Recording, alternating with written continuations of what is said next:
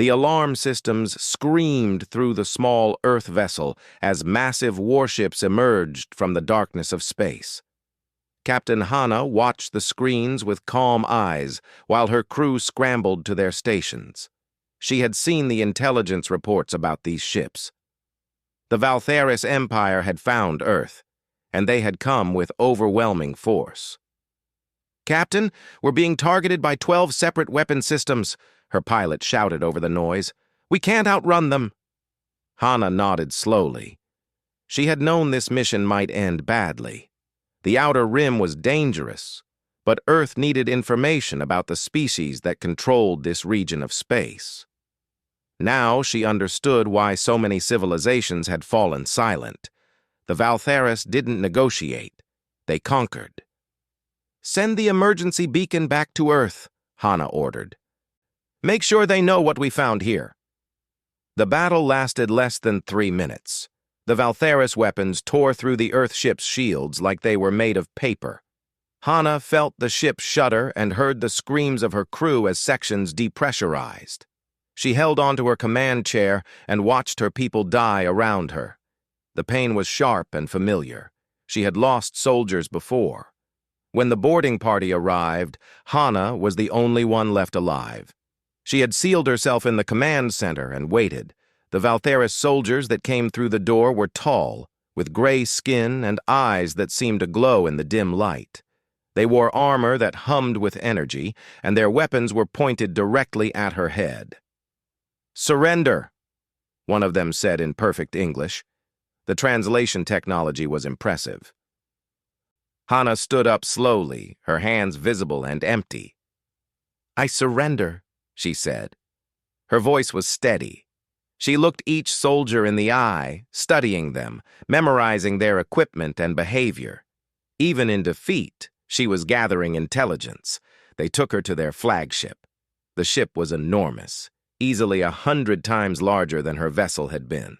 The corridors were cold and filled with Valtheris soldiers who stopped to stare at her as she was escorted past. She noticed they kept their distance, their weapons always ready. They expected her to be afraid. She wasn't. Commander Vorak was waiting in the interrogation chamber. He was older than the soldiers, with scars that marked his gray skin and eyes that had seen countless battles. He studied Hana as she was brought before him, and she studied him back. "I am Commander Vorak of the Valtheris Empire," he said. "You are the first human we have captured alive. Your crew died quickly. You survived. Why?" "I was lucky," Hana replied. She sat down in the chair they had provided without being told to. "Or unlucky, depending on how you look at it." Vorak circled her slowly. "Your species is new to us. We detected your homeworld 3 cycles ago. Primitive technology, limited space presence, no significant defenses. We expected no resistance." "Then you haven't been paying attention," Hana said. She met his eyes without flinching. "We've been fighting since we learned to stand upright. We're good at it." Something flickered across Vorak's face. Confusion, perhaps, or concern. "You show no fear," he observed. "Every species we have encountered displays fear when captured. It is a universal constant. The prey fears the predator. This is natural law." "Maybe we're not prey," Hana suggested. Vorak's second officer, Tivon, stepped forward. He was younger, eager, and clearly annoyed by Hana's attitude. "You will learn fear, human. We have broken thousands of species. Entire civilizations have begged for mercy. You are alone, your crew is dead, and your world is defenseless. Show the proper respect." Hana looked at Tivon with something close to pity. "Respect is earned, not demanded. You want me to be afraid? You'll have to do better than this." The interrogation continued for hours. Vorak asked about Earth's defenses, its military capacity, its government structure. Hana answered some questions and ignored others. She was careful, selective, giving away nothing that would truly help them. but she watched everything. She noticed how Vorak's confidence seemed to crack slightly with each calm response she gave. She saw how Tivan grew more frustrated and aggressive. She understood that her lack of fear was doing something to them, creating doubt where there should have been certainty. Finally, Vorak ordered her taken to a holding cell. As the guards moved to escort her away, she turned back to face him. "You said you detected Earth 3 cycles ago," she said. "That was your first mistake. We detected you 4 cycles ago. We've been watching you, learning about you, preparing for you. You think you discovered us, but we've been waiting for you to make your move." It was a bluff, but it was a good one. She saw the uncertainty flash across Vorak's face before the guards pulled her from the room. The cell was designed to break prisoners. It was small, cold, and the walls showed images of Valtheris victories.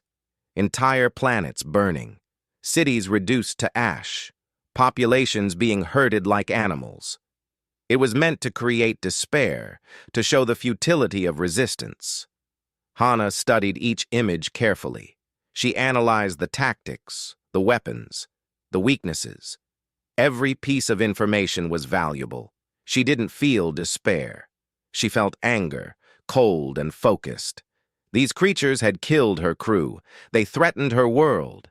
They expected her to break. She wouldn't. Days passed. The Valtheris tried different approaches. They deprived her of sleep, blasted her with noise, showed her more images of destruction. Nothing worked. Hana endured it all with the same calm focus she had shown from the beginning. She ate when they fed her, maintaining her strength. She exercised in the small space of her cell, keeping her body ready. She planned. Vorak visited her again on the 5th day. He looked tired, uncertain. "Why don't you break?" he asked. The question sounded genuine, almost desperate. "We have studied your biology. You experience fear like other species. Your heart rate increases, your hormones change, your brain responds to threats. But you don't let it control you." "How?" Hana stood up to face him. "Because humans learned a long time ago that fear is just information. It tells us there's danger, but it doesn't tell us what to do about it. We choose our actions. Fear doesn't choose for us." "That's not possible," Vorak said. "Every species in the galaxy is governed by fear. It is the foundation of all behavior, all civilization, all order." "Then maybe," Hana said quietly, "your understanding of the galaxy is smaller than you think." Before Vorak could respond, alarms began to sound throughout the ship. A young officer burst into the cell area, speaking rapidly in the Valtheris language. Hana didn't understand the words, but she understood the tone. Panic. Vorak turned to her, his expression dark. "Multiple Earth vessels have entered our space. They are not responding to warnings. They are not requesting negotiation." He stepped closer to her cell. "They are coming for you." Hana smiled. It was not a kind smile. It was the smile of a predator who had just spotted prey. "I told you," she said. "You should have been paying attention. You took one of ours. Now you're going to learn what that means." Vorak stared at her, and for the first time, Hana saw something in his eyes that satisfied her deeply. She saw fear. The Valtheris flagship's command center was chaos. Officers shouted reports while warning systems flashed red across every display. Commander Vorak stood at the center of it all, trying to understand what was happening. The human fleet had arrived faster than should have been possible, and they weren't behaving like any enemy he had faced before.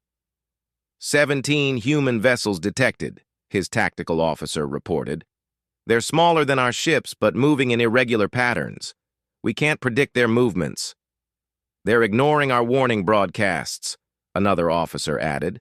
"No response to any communication attempts." Vorak watched the tactical display. The human ships darted around his fleet like insects, too fast and too erratic to target effectively. Then, suddenly, Every human ship broadcast the same message simultaneously. It came through in the Valtheris language, clear and cold. "Return our captain. No negotiation." Tivan stepped beside Vorak, his expression angry. "This is an insult. They dare to make demands. We outnumber them. We outgun them. Destroy them." But Vorak hesitated. Something about this situation felt wrong. The humans weren't acting like the other species the Empire had encountered. They weren't trying to rescue their soldier through diplomacy or surrender. They were hunting.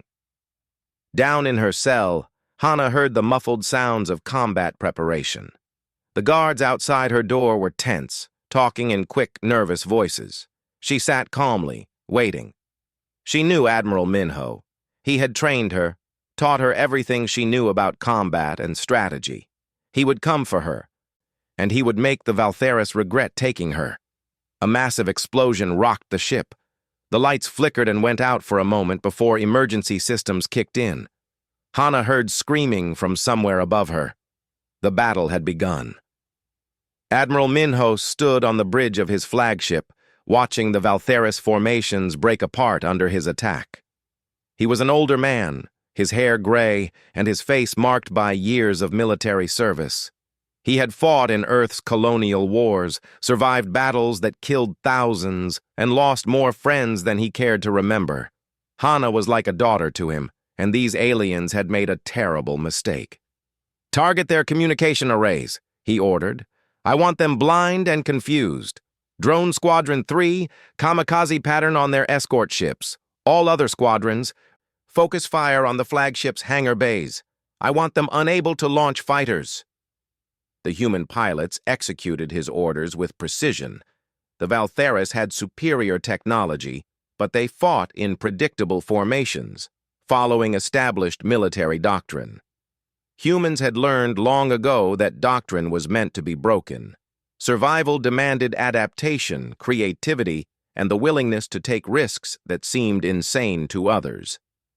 A wing of human drones crashed directly into a Valtheris destroyer, their explosions tearing through the ship's shields and hull. The Valtheris weapons destroyed most of the drones, but the few that got through caused devastating damage. It was a trade no rational military commander would make, sacrificing resources for minimal gain. But Minho wasn't interested in resource management. He was interested in creating fear. On the Valtheris flagship, Vorak watched his fleet take damage from an enemy that should have been easy to defeat. His officers were panicking, unable to understand the human tactics. "They're wasting their ships," Tivan said, bewildered. "Those drones are expensive. Why throw them away for such small damage?" "They're not trying to win through attrition," Vorak realized. "They're trying to terrify us." It was working. The Valtheris soldiers had never faced an enemy that willingly sacrificed itself. Every species they had conquered eventually calculated that surrender was better than death. But humans seemed to have a different calculation, one that valued revenge and loyalty over survival. "Commander, they're broadcasting another message," an officer reported. Vorak listened as the cold voice came through again.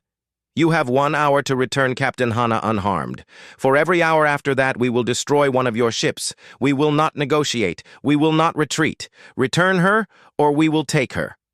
Tivan slammed his fist against a console. "We should kill the human. Show them their threats mean nothing." "No," Vorak said quietly.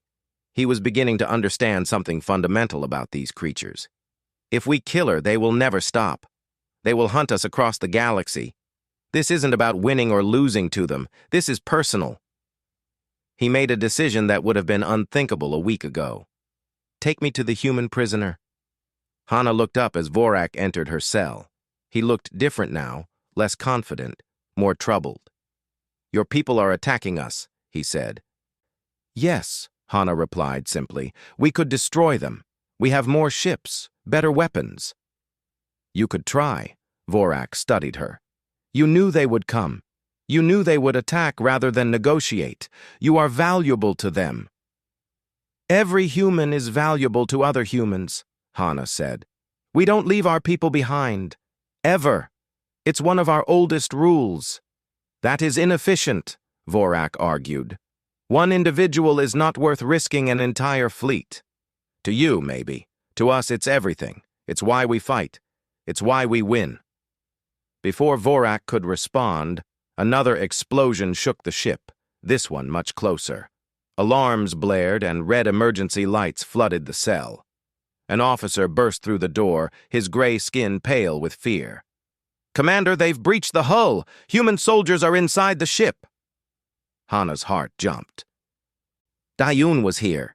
It had to be her team. Dayun had served with Hana for years, the best assault leader in the Earth military. If anyone could breach a Valtheris flagship, it was her. The sounds of weapons fire echoed through the corridors, getting closer. Vorak drew his weapon and pointed it at Hana. "Tell them to stop, or I will kill you." Hana stood up slowly, meeting his eyes. "You won't. Because if you kill me, you know exactly what will happen. They won't just destroy your ship. They'll hunt down every Valtheris vessel in this sector. They'll make your species remember this day for generations." Vorak's hand shook slightly. He realized the truth of her words. He had thought fear was his weapon, but the humans had turned it against him. By refusing to show fear themselves, they had made the Valtheris afraid instead. The cell door exploded inward. Dayun came through first, her armor scorched from weapons fire, her rifle sweeping the room. Behind her, 3 more Earth soldiers moved with practiced efficiency. They had clearly fought their way through multiple decks of Valtheris defenders. Dayun's eyes found Hana, and relief flashed across her face. "Captain, are you injured?" "I'm fine," Hana said. She looked at Vorak, who still held his weapon but hadn't fired. "Stand down, Commander. This doesn't have to end with your death."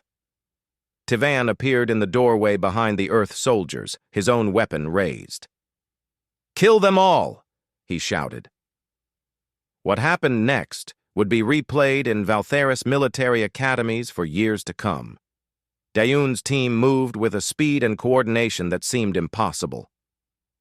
They had trained for shipboarding actions in Earth's harshest environments, had practiced for scenarios where they were outnumbered and outgunned.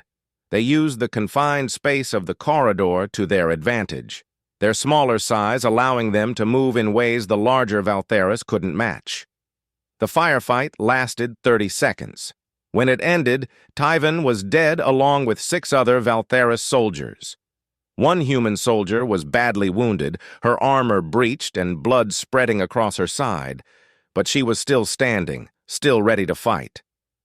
"Fall back to the extraction point," Dayun ordered. She looked at Vorak. "Come with us. We need to have a conversation." Vorak followed, not as a prisoner, but as someone who needed to understand. They moved through corridors filled with the bodies of his soldiers. The humans had cut through his crew like they were nothing, using tactics that were brutal and efficient.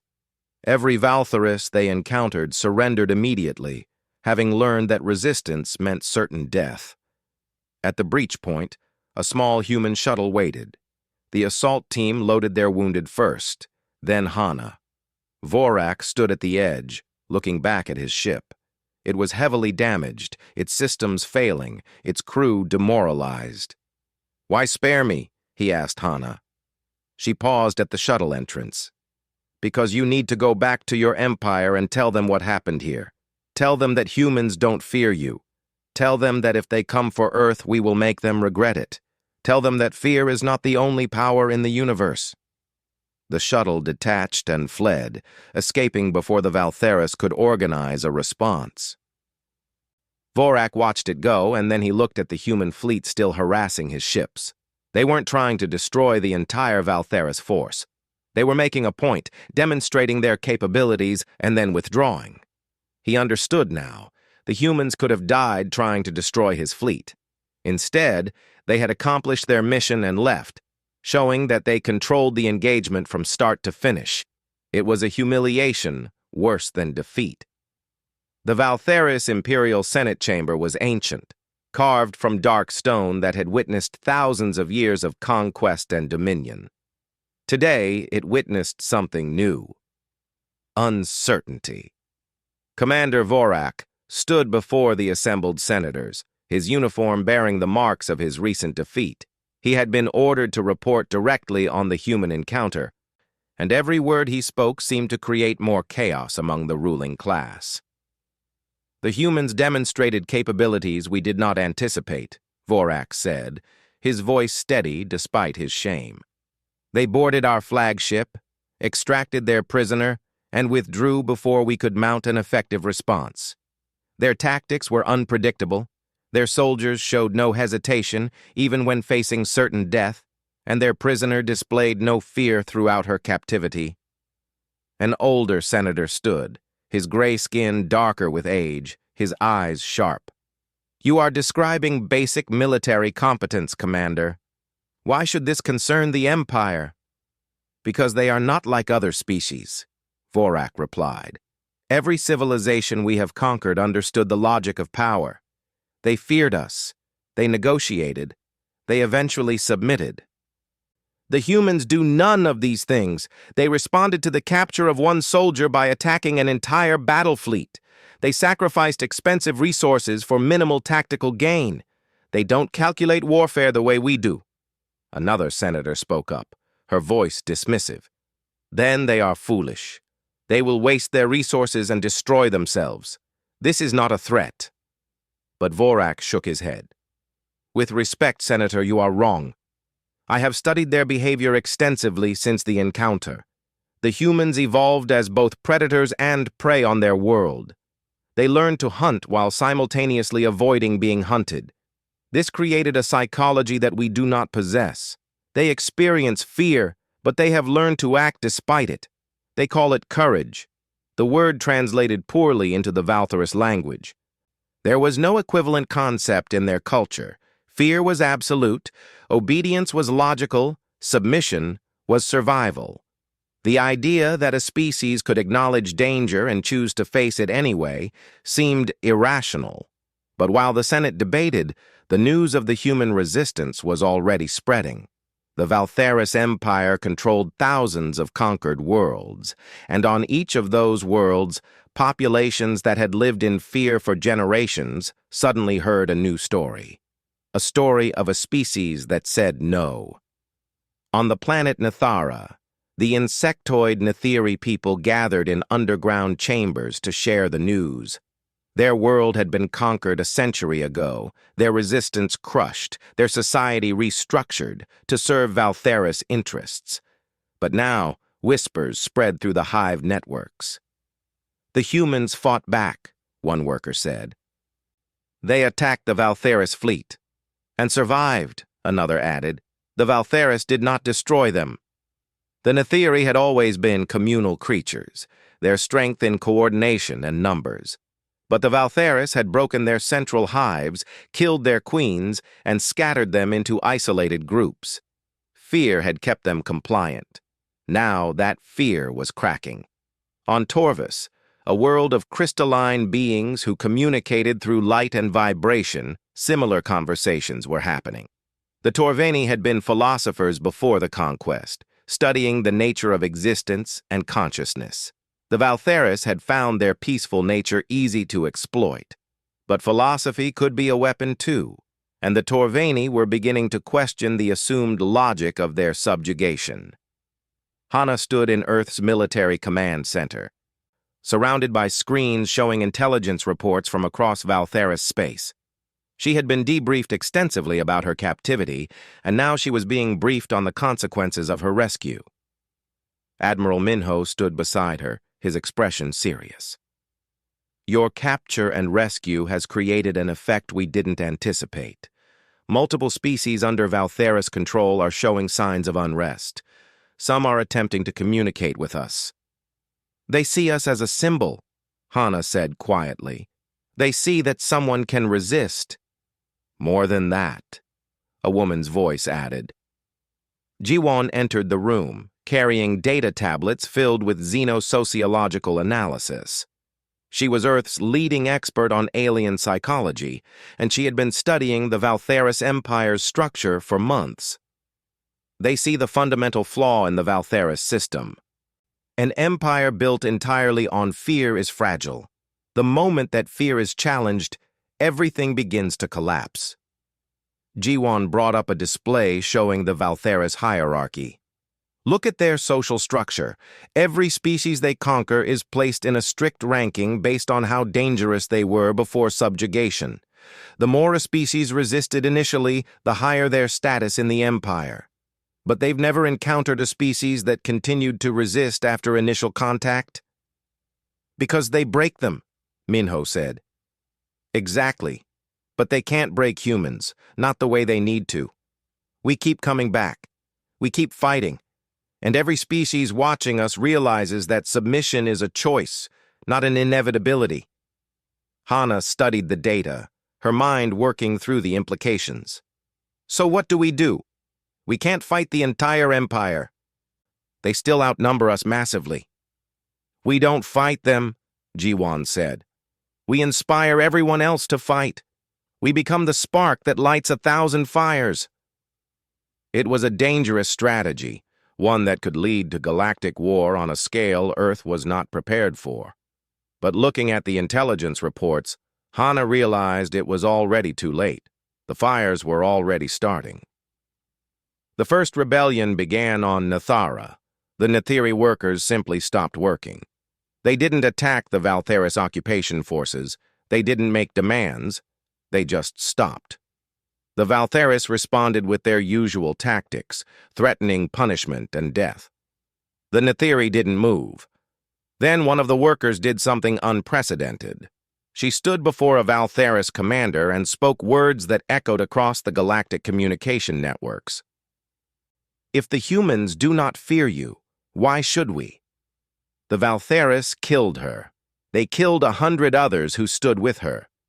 But the Netheri kept standing. For the first time in a century, they chose death over obedience. And the Valtheris didn't know how to respond to that choice.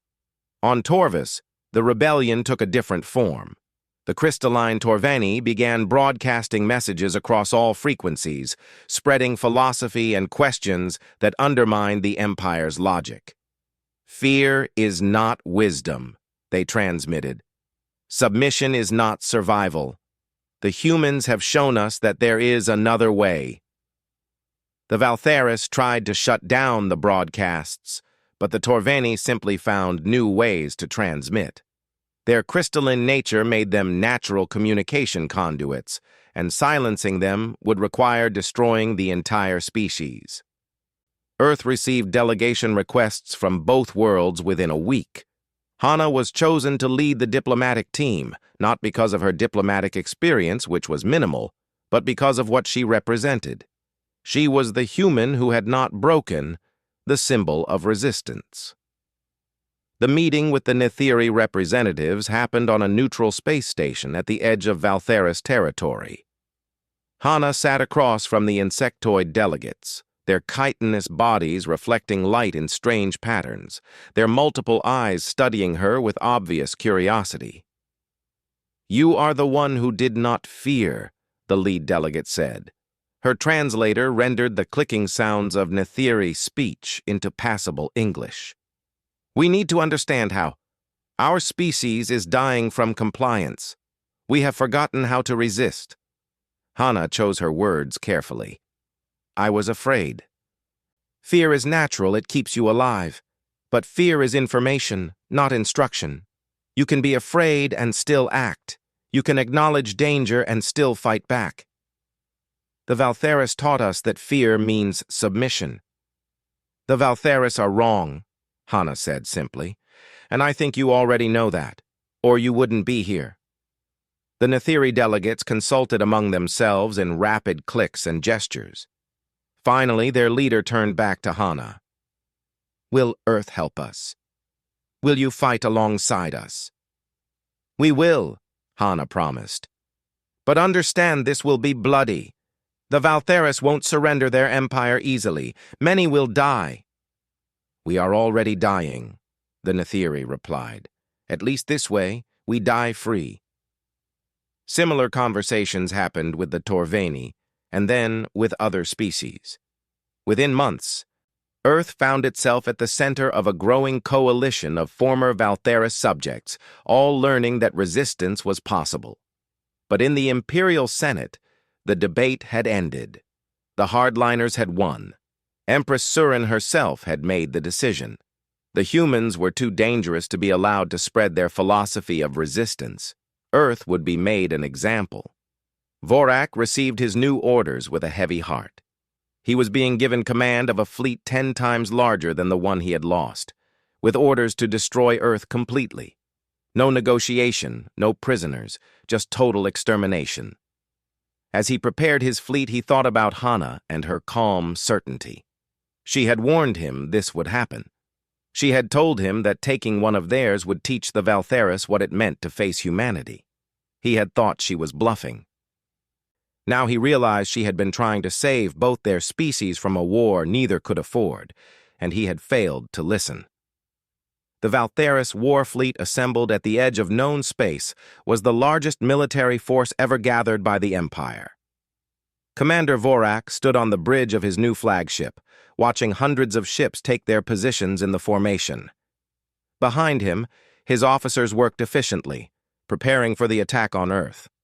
The orders were clear and brutal. Complete destruction.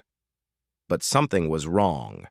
Vorak could feel it in the way his officers moved, hear it in their voices. There was fear there now, something that had never existed before in Valtheris military operations. They were afraid of humans. "Commander, we're receiving reports from our forward scouts," his tactical officer said. "Earth's defensive fleet is forming up, but they're not alone.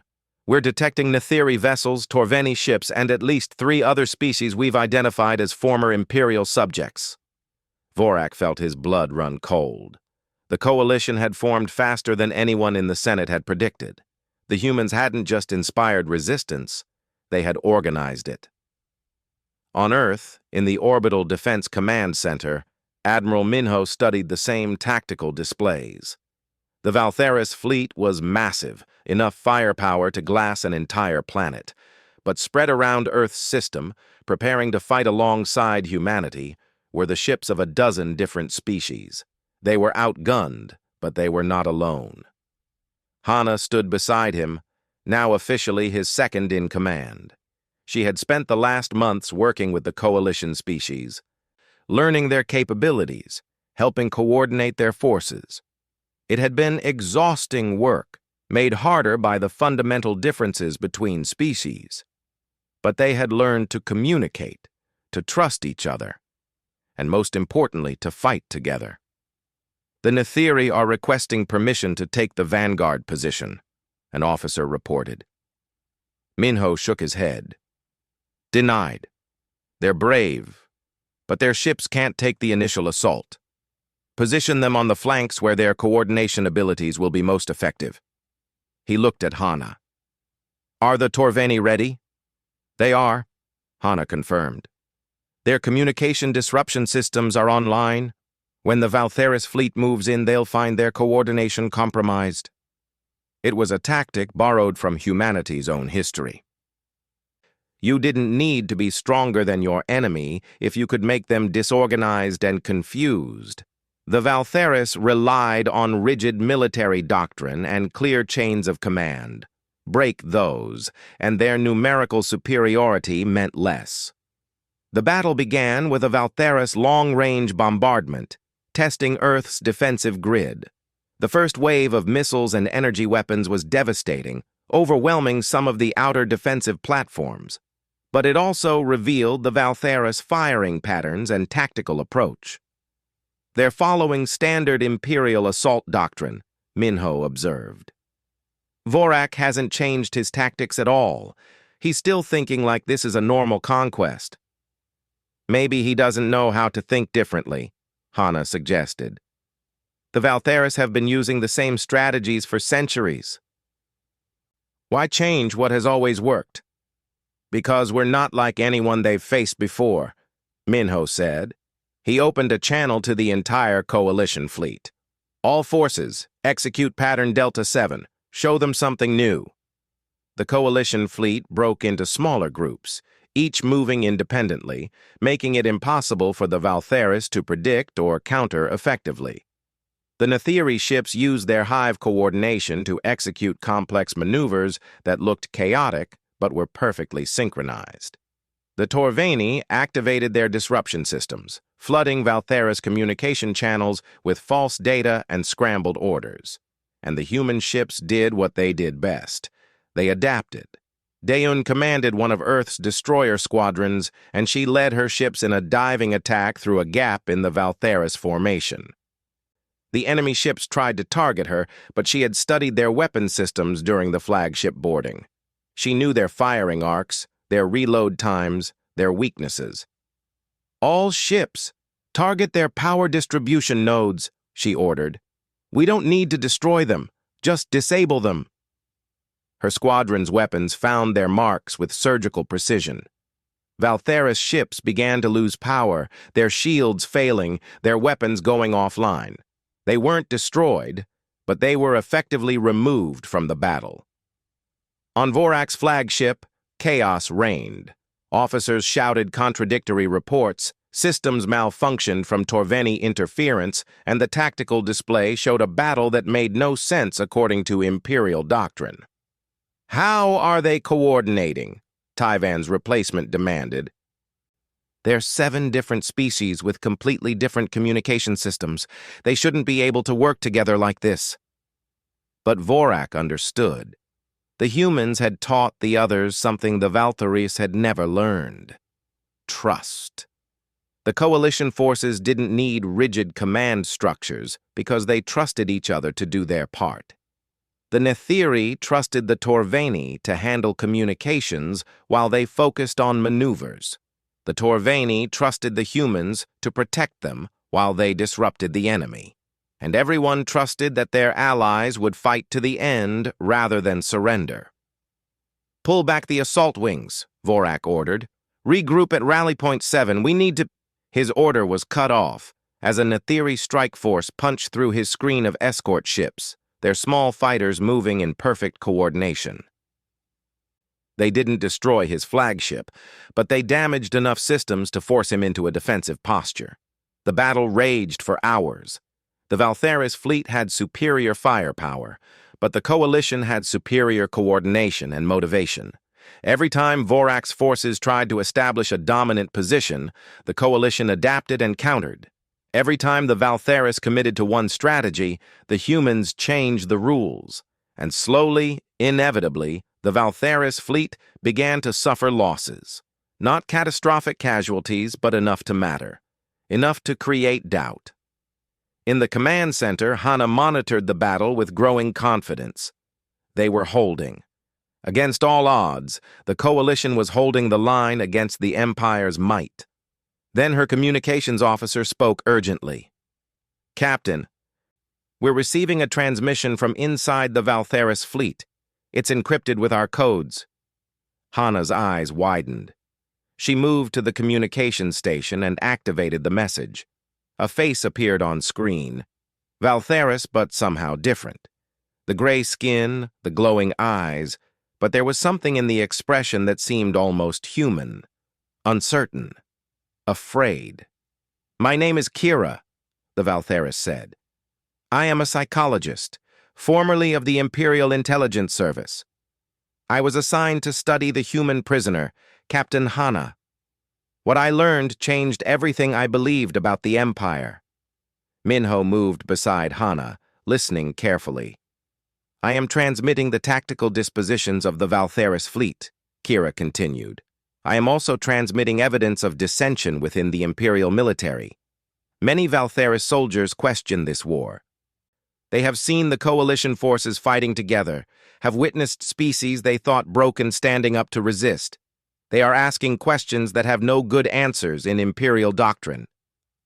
Can we trust this? Minho asked. Hana studied Kira's face on the screen. She remembered the psychologist from her captivity, remembered the questions that had seemed more curious than hostile. I think we can, she said. I think we just got our first Valtherus defector. The tactical data Kira provided was invaluable. It showed weaknesses in the Valtherus formation, revealed which ships were most likely to retreat under pressure, and identified command vessels whose loss would create maximum confusion. But more importantly, it confirmed what Hana had suspected. The Valtherus Empire was not as unified as it appeared. Fear had kept them together, but fear was a brittle foundation. Once it cracked, everything built upon it began to crumble. "Transmit Kira's message to all coalition forces," Hana ordered. "Let them know the Empire is fracturing. Let them know we're winning not just the battle, but the war for hearts and minds." The battle's turning point came when a wing of Valtherus escorts simply stopped fighting. They didn't surrender, they didn't retreat, they just stopped targeting coalition ships. Their commander, influenced by Kira's message and exhausted by a war that made less sense every day, made a choice. He refused to continue. Other Valtherus ships, seeing this act of defiance, began to hesitate. The iron discipline that had made the Empire's military so effective for millennia was dissolving. Vorak watched it happen with a mixture of horror and understanding. The humans had done exactly what Hana had warned him about. They had shown the galaxy that fear was not absolute, that obedience was not mandatory, that another way was possible. He opened a channel directly to Earth's command center, bypassing his own chain of command. When his face appeared on the screens, both Hana and Minho stepped forward. "Commander Vorak," Hana said. There was no triumph in her voice, just exhaustion. "Are you ready to talk?" Vorak looked at her for a long moment. He thought about the centuries of imperial conquest, about the thousands of species that had surrendered, about the foundation of fear that had seemed so permanent and logical. And he thought about the human woman who had sat in a cell and calmly told him his understanding of the galaxy was too small. "Yes," he said finally, "I believe it is time to talk." Behind him, he could hear his officers protesting, but their voices seemed distant and unimportant. The old ways were dying. Something new was being born, and Vorak realized he could either help shape it or be swept away by it. The battle ended not with a grand victory, but with an exhausted ceasefire. Both sides pulled back, damaged and depleted, to consider what came next. The Valtherus fleet had not been destroyed, but it had been stopped, and for the first time in the Empire's history that felt like defeat. The throne world of Valtheros Prime had stood for 10,000 years, a monument to conquest and absolute power. Its capital city was built from the ruins of civilizations that had refused to submit, their artifacts and monuments incorporated into Valtherus architecture as warnings to others. But today, something unprecedented was happening. A human was walking freely through the halls of the Imperial Palace. Hana moved through corridors lined with the evidence of 1,000 conquered worlds. Each artifact told a story of resistance crushed and populations broken. She saw weapons that had failed to save their owners, flags from governments that no longer existed, and monuments to species that had chosen extinction over submission. It should have been terrifying. Instead, it made her angry. "The Empress is waiting," her Valtherus escort said. His name was Vorak, though he no longer held the rank of commander. He had been demoted after the failed attack on Earth, but he had also been given a new role, ambassador to the human coalition. It was either a punishment or an opportunity, depending on how he chose to see it. "Are you afraid?" Hana asked him as they walked. Vorak considered the question honestly. "Yes. The Empress has ruled for 3,000 years. She has destroyed species that displeased her. She could kill us both with a thought." "But you came anyway." "Because you taught me that fear is just information, not instruction," Vorak said. He had spent months studying human philosophy and history since the battle. What he had learned both fascinated and disturbed him.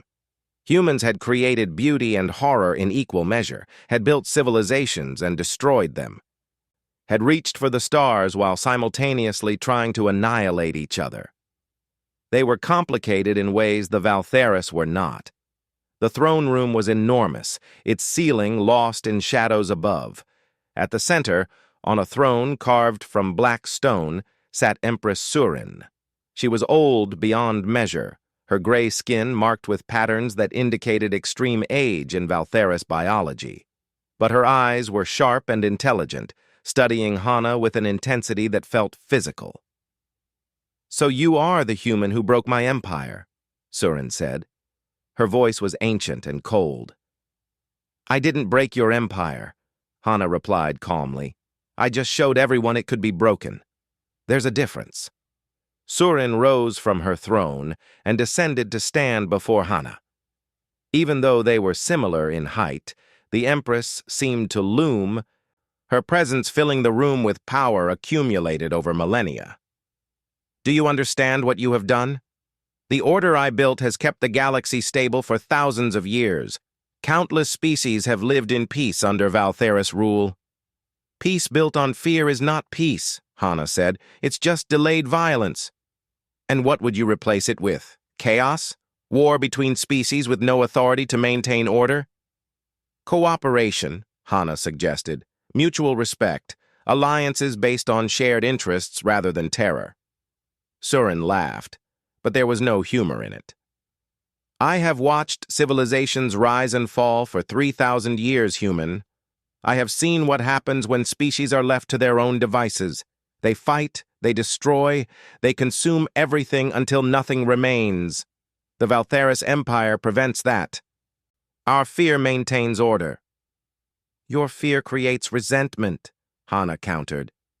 "Every species you conquer is waiting for the moment they can strike back. You haven't created stability, you've created pressure that's building toward an explosion. We just lit the fuse." Before Surin could respond, an alarm echoed through the palace. An officer burst into the throne room, forgetting protocol in his panic. "Empress, we have reports of armed forces moving through the palace. Multiple Valtheris military units are converging on this location." Vorak's expression darkened. "The hardliners. They've decided to force the issue." Hana understood immediately. There were factions within the Valtheris military that wanted to continue the old ways, that saw any negotiation with humans as weakness. They were staging a coup, planning to kill both the Empress and Hana to restart the war. "How many?" Surin demanded. "At least 3 battalions, Empress. They will reach this chamber within minutes." Surin looked at Hana with an expression that might have been respect. "It seems you have forced change, whether I desired it or not. These officers would never have dared such action before you showed them that authority could be challenged." "We need to move," Vorak said urgently. "There are secure chambers deeper in the palace." But Hana was already assessing the throne room tactically. High ceiling, multiple entry points, limited cover. It was a terrible defensive position. They would be trapped and overrun within minutes if they stayed, but running would only delay the inevitable. "How loyal are your personal guards?" Hana asked Surin. "Absolutely loyal," the Empress replied, "but I have only 50 here. The rebels number in the hundreds." Hana activated her communication device. "Dayun, I need an immediate extraction at my coordinates, and bring everyone you can." "We're 3 light years away, Captain," Dayun's voice crackled back. "It will take us at least an hour to reach you." "Then we need to hold for an hour," Hana said simply. The first wave of rebel Valtheris soldiers burst into the throne room with weapons ready. They expected to find the Empress defenseless, ready for execution. Instead, they found Hana standing beside her, and the human was smiling. "You really should have checked who was with her before you tried this," Hana said. "The battle that followed would become legendary." 50 Empress guards, and 1 human against 300 rebel Valtheris soldiers. By every calculation, it should have been a massacre. But Hana had learned the palace layout on her walk to the throne room, had identified defensive positions and choke points, had planned for exactly this scenario. She directed the Empress guards with rapid-fire commands, using human infantry tactics adapted to Valtheris capabilities. They fell back in organized stages, using the palace architecture to negate the rebels' numerical advantage. Every corridor became a killing ground, every doorway a defensive position. Vorak fought beside Hana, his weapon finding targets with precision. He had trained his entire life in Valtheris military doctrine, but now he was learning human tactics in real time. Improvisation, adaptation, and the absolute refusal to surrender even when logic said defeat was certain. "Why are you helping me?" Surin asked during a brief lull in the fighting. She had taken position behind cover, her own weapon in hand. The Empress was ancient, but she had not survived 3,000 years by being helpless. "Because if these rebels kill you and me, the war starts again," Hana replied. "And because you're starting to understand that the old way can't continue." "I understand nothing," Surin said, "except that you humans are either the bravest or the most foolish species I have encountered." "Why not both?" Hana suggested, then leaned out to fire at advancing rebels. The fighting was brutal and close. The rebels had numbers, but they were also dealing with confusion. They had expected an easy execution, not a determined defense. Every minute they failed to break through, more of them began to question their choice. If the Empress could be defended, if a single human could coordinate this kind of resistance, then maybe the old certainties were not so certain after all. Kira appeared halfway through the battle, leading a group of Valtheris who had chosen to support the Empress and the human coalition. She had been broadcasting messages throughout the palace, calling for rational voices to oppose the coup. "The rebels are losing support," Kira reported as she took position beside Vorak. "Many military units are refusing to join them. Your defense has bought time for people to think rather than react." 30 minutes into the battle, Dayun's strike force arrived. They came in through the palace roof using assault shuttles, cutting through the ancient stone with plasma torches. Earth soldiers dropped into the throne room alongside Netheri fighters and Torveni support units. The coalition had arrived. The rebels found themselves suddenly surrounded, facing a combined force that fought with coordination they couldn't match. The coup collapsed within minutes. Those who could surrendered. Those who continued fighting died. In the aftermath, as medics treated the wounded and security forces arrested the survivors, Surin stood among the rubble of her throne room and looked at Hana.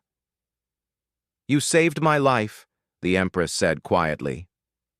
"I saved both our peoples," Hana corrected. "This was never about you or me. It's about building something better than fear." Surin was silent for a long moment, looking at the evidence of the battle. Valtheris had fought Valtheris, something that had not happened in her empire for thousands of years, and they had fought beside humans, coalition species, former subjects who had every reason to hate the empire. "I am 3,000 years old," Surin said finally. "I have ruled through fear because it was efficient, because it worked, because I saw no alternative. But you have shown me something I did not believe possible. You have shown me that fear can be overcome, that species can cooperate despite their differences, that power based on respect is stronger than power based on terror." She turned to face Hana fully. "I do not know if I can change what I have built. The empire is vast, its systems entrenched, its culture based on the very fear you challenge. But I can try. I can begin the transformation." "That's all anyone can ask," Hana said. Over the following months, the galaxy watched as the Valtheris Empire began an unprecedented transformation. Surin issued decrees that shocked her subjects and former enemies alike. Conquered species would be given autonomy. Military occupations would end. The rigid hierarchy based on fear would be replaced with a federation based on mutual cooperation. It was not easy. Many Valtheris officers resigned in protest. Some species that had been conquered refused to believe the changes were real. Violence erupted on several worlds as different factions fought over the new order. But slowly, painfully, the transformation took hold. The Empire became a federation. The Empress became a coordinator rather than a tyrant. And at the center of it all, working to build bridges between species that had been enemies for centuries, was Hana. Vorak watched her one day as she mediated a dispute between Netheri and Valtheris representatives. She had become something more than a soldier, more than a diplomat. She had become a symbol of what was possible when fear was not allowed to rule. "You changed the galaxy," Vorak said to her after the meeting. Hana shook her head. "I just showed people they could change it themselves. The courage was always there. It just needed someone to demonstrate it first." Years later, Hana returned to Earth for the dedication of a memorial to her crew, the ones who had died in that first encounter with the Valtheris. She stood before the monument, reading the names of people she had served with, people she had failed to save. A young Valtheris approached her. He was a child, perhaps the equivalent of 8 human years, visiting Earth with his parents as part of a cultural exchange program. "Excuse me," the child said in carefully practiced English. "Are you Captain Hana, the one from the stories?" "I am," Hana confirmed. "My teacher said you were never afraid of the Empire. Is that true?" Hana knelt down to the child's eye level. She thought about all the fights, all the moments of terror, all the nights she had lain awake wondering if she would see another day. "No," she said honestly. "I was terrified. Every single day." The child looked confused. "But you fought anyway. You didn't run." "Being brave doesn't mean not being afraid," Hana explained. "It means being afraid and choosing to act anyway. Fear tells you there's danger. Courage tells you to face it despite the fear. That's the difference." The child considered this seriously, then nodded. "I understand. Thank you, Captain Hana." As the child ran back to his parents, Hana stood and looked up at the memorial. The names of her crew were carved in stone, a permanent reminder of the cost of courage. But around those names, in smaller letters, were messages from dozens of species: Netheri, Torveni, Valtheris, and more, all thanking the crew of that small Earth vessel for showing them that fear was not destiny. Hana touched the memorial one last time and walked away. The galaxy was still dangerous, still full of challenges and conflicts. But it was no longer ruled by fear. That was enough. That was everything.